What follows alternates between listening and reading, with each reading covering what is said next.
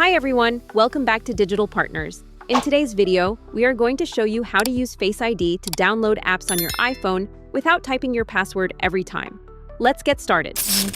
First, open the App Store and try downloading any app. As you can see, by default, it asks for your Apple ID password. This can take a little extra time, but there's a way to make it faster using Face ID. Exit the App Store and go to the Settings app. Scroll down and tap on Face ID and passcode.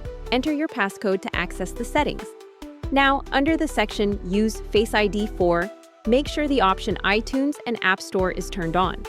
After that, your iPhone might ask for your Apple ID password one last time to confirm. Once that's done, go back to the App Store and try downloading an app again. This time, you will just need to double-click the side button, let Face ID scan your face, and the app will start downloading instantly. And that's it. Now you know how to use Face ID to download apps on your iPhone quickly and easily. We hope this tutorial was helpful. If you have any questions, feel free to drop them in the comments. Don't forget to like, subscribe, and hit the bell so you won't miss our upcoming tutorials. Thanks for watching Digital Partners, and I'll see you in the next video. Bye.